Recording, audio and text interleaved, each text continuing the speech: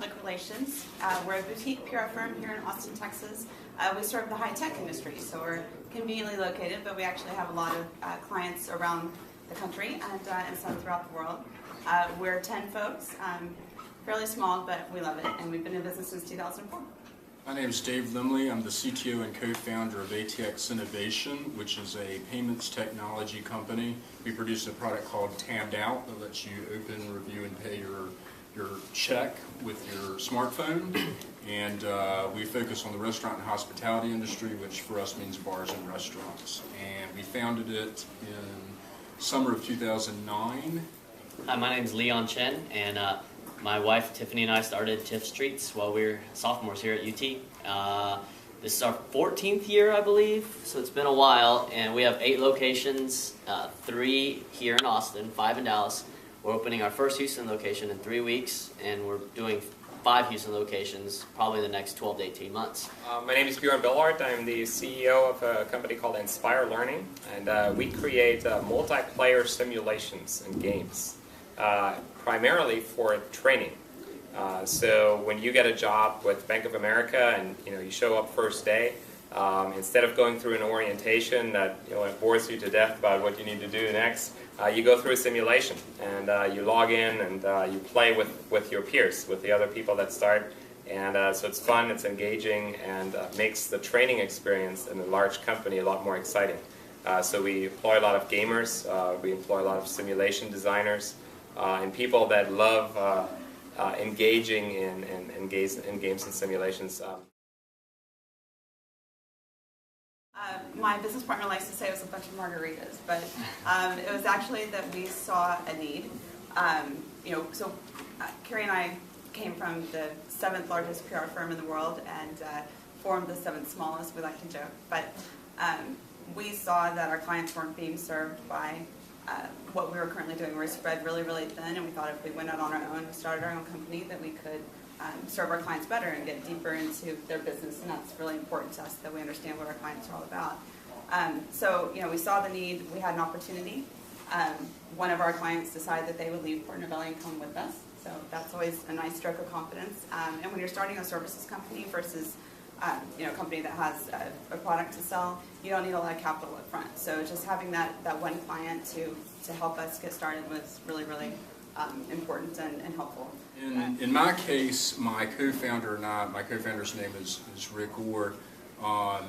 We've worked together for the past 9 years at various companies, and back in, I think it was around 2002 or 2003, he had a bad experience at a restaurant where he gave the server his payment instrument and they went off to go run it, but then I guess they got distracted and they never came back. Margaritas again. Yeah. So my background is in electrical engineering, and at the time the idea is like, could we produce a device sort of like those coasters that have the flashing lights to let you know that your table's ready, and then have a mag stripe run to where you could check yourself out. And we looked at it. The deal is hardware has a lot of capital expense, so 2 guys with a hope and a dream and no money, it's not really tenable to do. And then over the years we looked at some other ideas of repurposing PDAs and stuff like that. But it wasn't until really the advent of the popularity of the iPhone, which effectively means that the consumer is subsidized that hardware cost, that it turned it into a software-oriented business. The software-oriented business is way more tenable for somebody to start out with very, very little capital. Well, I started as small time as you could possibly start a business. When I was kind of inspired to start something or to do something I was passionate about, because after my freshman year I interned at a company in Dallas where I'm from, and I realized that at 4 o'clock, from 4 to 5, everyone there was just watching the clock. They couldn't wait, and like the happiest moment of their day was when 5 o'clock hit. And I was like, man, if this is the rest of my life, I'm going to be miserable. And so starting my own business wasn't the answer to that. I just wanted to do something I was passionate about. And so at that time, going back to school, Tiff had this really great family recipe of cookies. I'm ironically not a sweets fan. I like sweets, I just don't crave sweets. So she made me a batch. I think I think we got in a fight or something. She did something, and she was trying to apologize. Yeah. And they were excellent. I thought they were great. And I lived with my roommates in Hyde Park at the time. Friends would always be over. We'd go to HEB on 41st Street, like, you know, at midnight, 1 o'clock, and we'd buy ice cream, cookies, whatever, just to munch on. And so I asked Tiff if she would think about trying to do this as a side gig, you know, in college, just to make pocket change at night, 8 p.m. to midnight, Sunday through Thursday. We'd still go out Friday and Saturday. And she said absolutely not at first. There's no way I could get her to do that. I kind of begged, and about 3 weeks later, we bought a cell phone, and it was back in 99, so cell phones were really shaky. That was our call line, and we made flyers. We passed them out at all the dorms. We got kicked out of Dobie, Castilian, Jester. I've been kicked out of every single dorm at UT. And we waited 3 days. Not a single call came in for 3 days. I thought it was the dumbest idea in the world. I felt really stupid. Then finally, on the third day, someone called from, can't remember, University Towers. It was our first order. And from there, it just kind of grew. The sororities kind of caught on, and UT was really supportive. And so that's kind of how the whole thing got started from there. And so I found myself in actually first year at Harvard Business School in 1999, 2000. And I was surrounded by all these really, really smart engineers and business folks, all these prior investment bankers, and I was completely lost. I had a very hard time understanding some of the basics that the professor was talking about, scribbling on the board.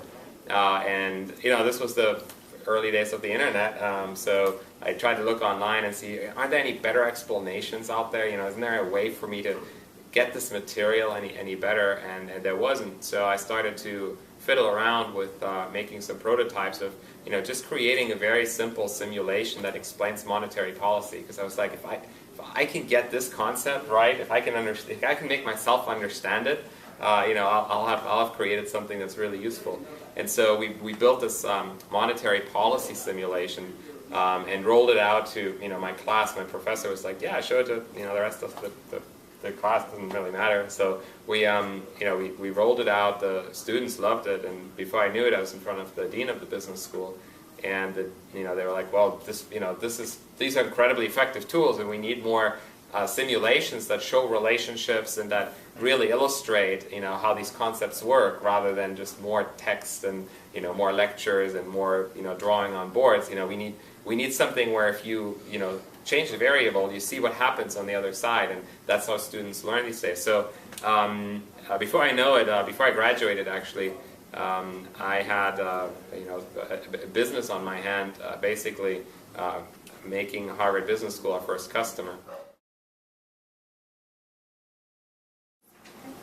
I got my undergrad here at UT in journalism, and did the concentration in public relations, so that certainly helped.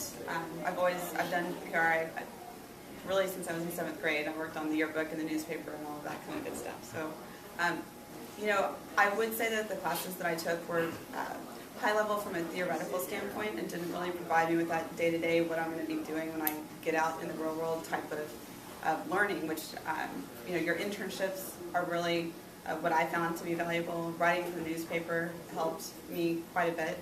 And then after I got out of school, I did a certification course in public relations. It's called the Accreditation for Public Relations, so your APR. It's kind of like getting your CPA if you're an accountant.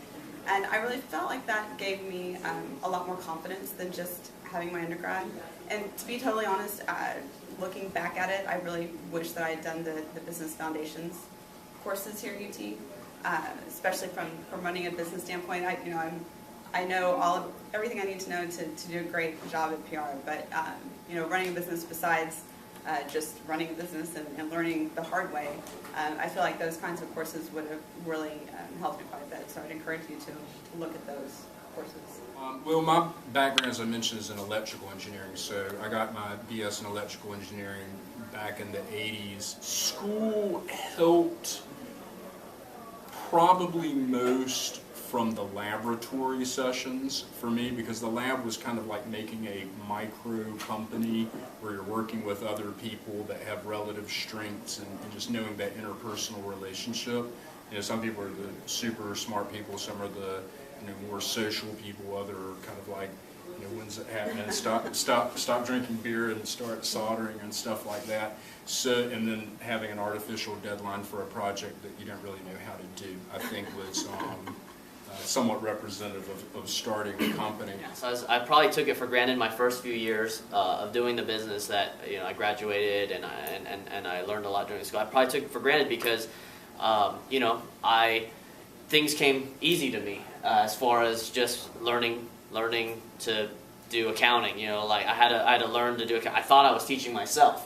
But then you go and you hire someone, or you have an employee that has never had that background, and I'm trying to teach them that, and I realize just how lost that they are, because I actually had the basics, just the basic accounting course, the basic management course, the basic, and I took all those for granted until I started going in the real world, realizing that it just gave me a nice base to learn from. I went to business school, and got some of the tools of the trade, if you will.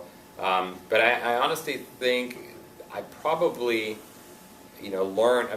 I learned a lot of the business terms and what I need to know in business school. But I think the philosophy undergrad actually has shaped me far more than my business graduate degree, in terms of just how I view the world, in terms of how I approach business and how I approach people, which is a large part of running a business. So I think I've learned to really take the long view and look at the big picture. I like the most knowing that the sky's the limit. If I have a smart team with me and we all decide, hey, tomorrow we want to do X, Y, and Z, I feel confident that we can do that. We don't have to, create a proposal and go to our boss and say, hey, we really want to do this, and then, perhaps have it shot down or have to whiteboard it or figure it out or whatever. We can do that for ourselves. So having that kind of control over my own destiny, to some extent, I am in client service, so pretty dependent on my clients. But I feel like, my creativity is my own, and the sky's the limit in terms of what I want to get done. So what I enjoy is getting to create something. In my head, I'm like, let's do this, and maybe we could get the cookies out warmer, faster, give better service, and then we get to apply it and see it actually come to life. I think the most exciting moments for an entrepreneur is when the stuff that you've been dreaming about actually starts to work. And there is nothing that has happened in my life, save maybe the birth of my two sons. What I would change is the fear that kind of always lives in your gut. I've gotten a lot more used to it over 8 years. I've never had to lay anybody off. I'm really, really proud of that. But I take it very seriously that I'm employing people, and it's not something to take lightly. It's their livelihood. So there's kind of that fear that lives in you.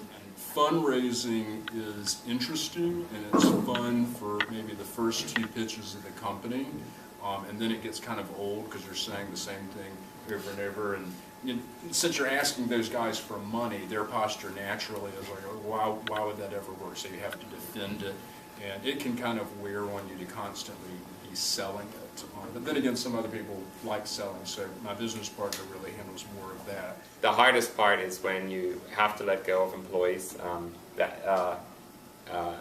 It is gut-wrenching. Those types of conversations are critical, and especially when they're long-term employees. I've had similar situations recently, and you just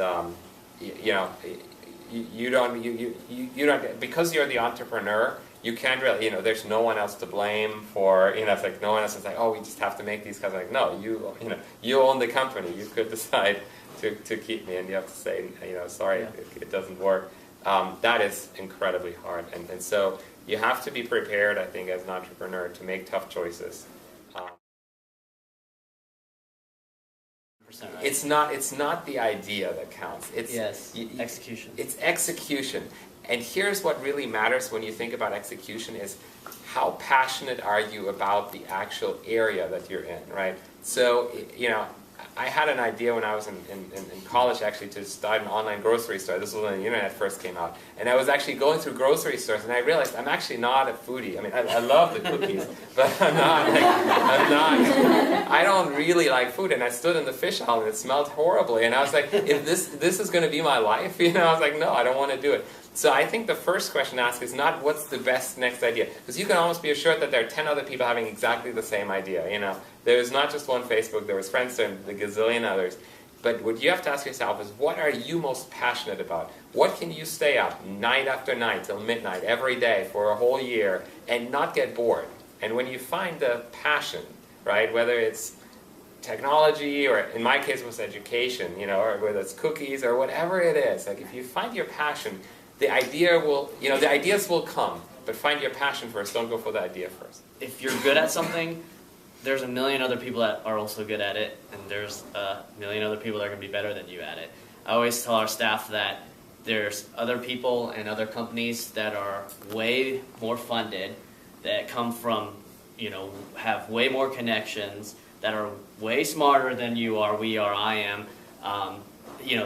There always are going to be people that are better in all those areas, but the one thing that can separate you from them is passion and hard work. That's like the only equalizer, because like I said, there's always going to be someone better than you. So, but we decided very deliberately that we wanted to be here in Austin because all three of us, the three co-founders, we went to undergrad here together, and we knew that we had a network that we could rely on here. We didn't have that network in Boston or really anywhere else, Silicon Valley, where New York, where we could have also started the business.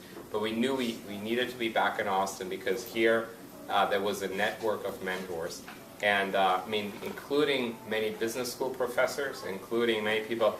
I remember I was sitting in your shoes, and there was a speaker when I was your age called Gary Hoover. He founded Hoovers.com, and he's still around in Austin. And I started to talk to him, and just said, hey, give me some advice. And he was proven pretty valuable. I like to joke to people, we're actually a software company. We spent $500,000 on our software, and that we just happen to sell cookies. And that is what separates us. If anyone wanted to come in and compete against us, for the idea of warm cookie delivery, anyone can do that. It's very, very simple. Buy an oven, and a phone or a website. But they would have to pour $500,000 or more into a system, but they wouldn't even know how to begin building it because they don't have the experience. Therefore, that is what we spend our time on, is what makes your idea better than. Take as many opportunities right now to find what you're passionate about, and you'll never have as much opportunities to dabble into things in your life later on. It's just so much harder to figure out whether you want to be in PR executive or software. Now is the time that you can join the club, see what's out there, take an internship in an industry. So.